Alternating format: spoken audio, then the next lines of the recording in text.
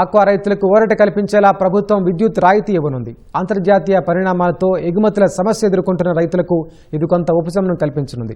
Aqua సాగు అధికంగా ఉన్న ఏలూరు జిల్లాలో మొత్తం 13,027 సర్వీసులున్నాయి. తొలి విడతలో 9,458 సర్వీసులను రాయితీకి ఎంపిక చేశారు.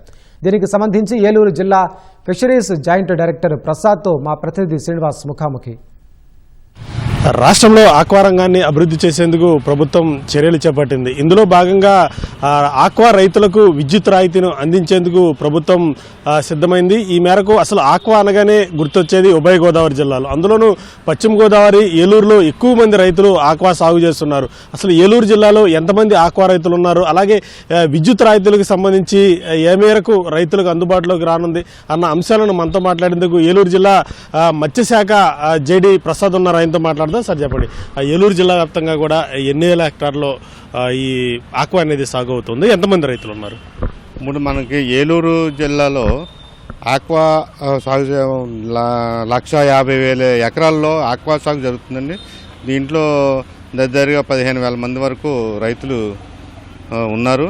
అలాగే వీళ్ళకి దగ్గరగా 13,200 ఎలక్ట్రికల్ కనెక్షన్స్ ఉంటాం. దాని మీద దాంట్లో దగ్గరగా 9,500 వరకు ఎలక్ట్రిక్ కనెక్షన్స్కి బిలో 10 acres లోపు ఉన్నవాళ్ళు, ఆక్వా జోన్లో ఉన్న వాళ్ళకి మాత్రమే ఒక ₹1.50 అంటే ₹1.50కి యూనిట్ ఛార్జీతో మనకి ఎలక్ట్రికల్ సర్వీస్ కరెంట్ సప్లై చేయడం జరుగుతుంది. ఈ సప్లై కూడా నిరంతరాయంగా జరుగుతుంది, ఎటువంటి ఆటంకం లేకుండా జరుగుతుంది.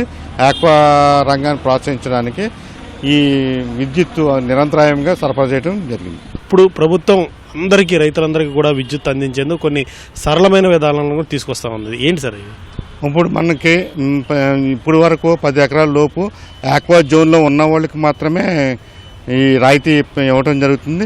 ఇప్పుడు వచ్చిన ఈ కూటమి ప్రభుత్వము వారు ఇచ్చిన హామీ మేరకు 10 ఎకరాలు అది తర్వాత ఆక్వా జోన్ లేకపోయినప్పటికీ కరెంటు సబ్సిడీ అన్నది ఇవ్వటం జరుగుతుంది. కాకపోతే వీళ్ళందరూ కూడా ఆక్వా రిజిస్ట్రేషన్ చేయించుకుని ఉండాలి. రిజిస్ట్రేషన్ చేయించుకోనకపోతే వాళ్ళకి ఈ సబ్సిడీ వర్తించదు. ఇప్పుడు చాలామంది రైతులు ఏంటంటే చేపల చెరువులు తోకుంటారు, వాళ్ళకి చాలా అవగాహన ఉండదు. ఇప్పుడు రిజిస్ట్రేషన్ చేసుకోవాలి, చేసుకుంటే ప్రభుత్వం నుంచి మనకి ఈ ప్రయోజనాలు వస్తాయని చాలామందికి తెలియదు. అట్లాంటి వాళ్ళకి ఎట్లా మీరు అవగాహన కల్పిస్తున్నారు? మేము ఈ గ్రామాల వారీగా ఈ రైతు సంఘాల ద్వారా గ్రామాల వారీగా మా డిపార్ట్మెంట్ ఆఫీసర్స్, అలాగే ఎంపేడా ఆఫీసర్స్, అలాగే రెవెన్యూ వీళ్ళందరితో కలిపి ఒక అవగాహన సదస్సుని ఏర్పాటు చేశాము. అవగాహన జరుగుతూనే ఉన్నవి.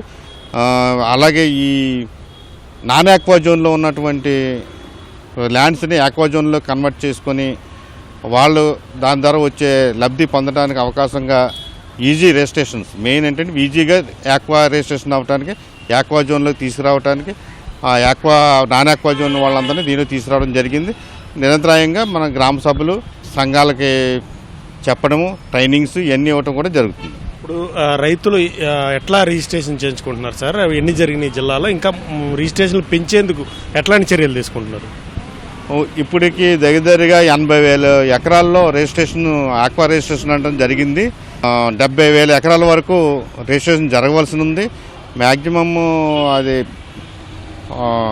త్వరలో ఈ జూన్ మాసం ఎండింగ్ కల్లా కంప్లీట్ చేద్దాం అనుకుంటున్నాము. ఆక్వా సంఘ రైతులతోనూ అందరికీ కలెక్టర్ గారు పర్యవేక్షణలో ఆక్వా సంఘ రైతులతో మీటింగ్ పెట్టి ఆక్వా సంఘాలకి ఈ లిస్ట్ అయితే తీసి ఇచ్చాము. ఎక్కడెక్కడ ఏ గ్రామాల్లో ఎంత ఏరియాలో ఎవరైతే చేయించుకోలేదో వాళ్ళ పేర్లతో సుద్దాగా సర్వే నెంబర్ల సుద్దాగా ఇచ్చాము. అది సంఘాల ద్వారా అప్పుడు రిజిస్ట్రేషన్కి వస్తున్నారు. అవి కూడా త్వరలో పూర్తి చేస్తాం. కెమెరామెన్ రమణతో శ్రీనివాస్, సిటీవీ న్యూస్, ఏలూరు.